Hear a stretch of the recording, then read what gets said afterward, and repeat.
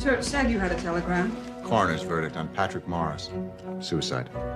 They'll blame me. You were strong. He was weak. Who's to blame for that?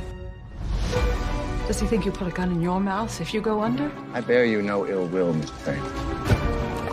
I've told you to spend time in Mrs. Chamberlain's company is to be contaminated. Are you gonna quit working at that house? We must be pretty bad for you to work 2 jobs and live like a servant. I had a letter from Mrs. Fane today. She means to call on me. I'll see her, I suppose. Haven't you ever wanted a woman who thinks only of you? Miss Turner, is something keeping you?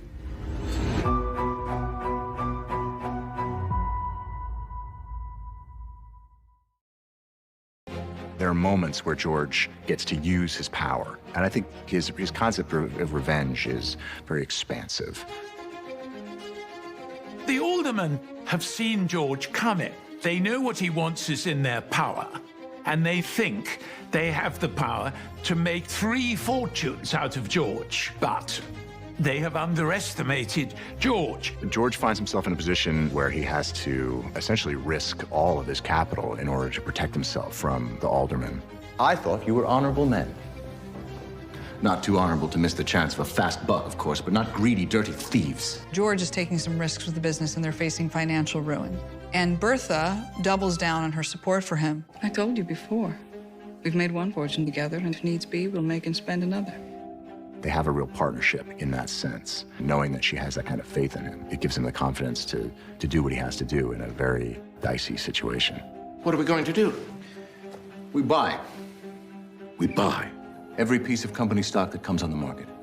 And not a soul is to hear about it. He takes the risk, and the reward is enormous. And this is based, actually, on a completely true episode that happened to Commodore Vanderbilt. We've already lost enough to make us poor. But if it goes on for much longer, there's some among us facing ruin. He did exactly that. And I think 2 or 3 of them committed suicide at the end because he ruined them all. I am Cornelius Eckhart III. I thought it was you. We know that Ada had a love that wanted to marry her and that he was refused by her father. But then Cornelius isn't actually that great love. We knew each other when we were young in Pennsylvania. Before life drove us to the 4 corners of the earth. I got his number and I call him out. Ada's disappointed, but I think I've rescued her from someone who really wanted to take advantage of her. When Cornelius comes and then suddenly disappears, she doesn't really understand what's happened. Surely you can stay for a few minutes. I am sorry. Bannister, will you see Mr. Eckhart out? I think I'm very much the big sis. She's very protective of her little sister.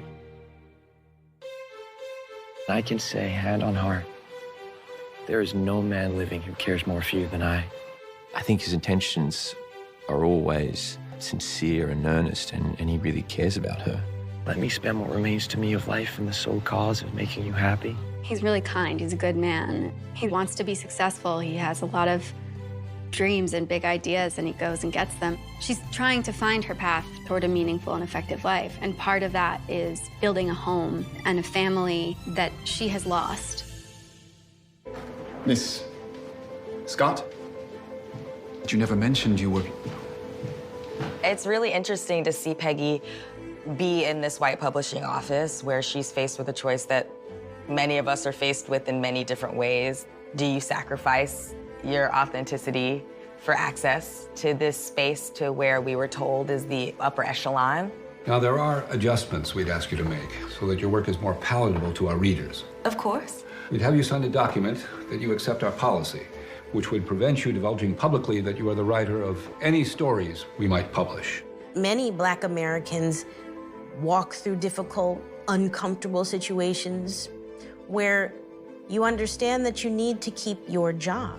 But at a certain point, you're unwilling to deal with certain indignities that come your way. I think that it's important to look at that narrative of Peggy saying no to never revealing herself with a lot of specificity, because it made me wonder how many Black writers did say yes to that offer, how many Black inventors did say yes to that offer, and we don't know. We don't know their work, and I can't blame them. There aren't any colored writers, especially women writers, who can make a living wage. I will soon find out how much colored women writers make. He loves her, and the discrimination and the racism that awaits her in that field might be too much to bear. You could always come home and work for me. It is that fatherly love that sees the path ahead that the child can't quite see. Did I make a mistake? I could have my stories published in a newspaper right now. But you'd never be able to claim them. Somewhere there's an open door and you're going to walk through it.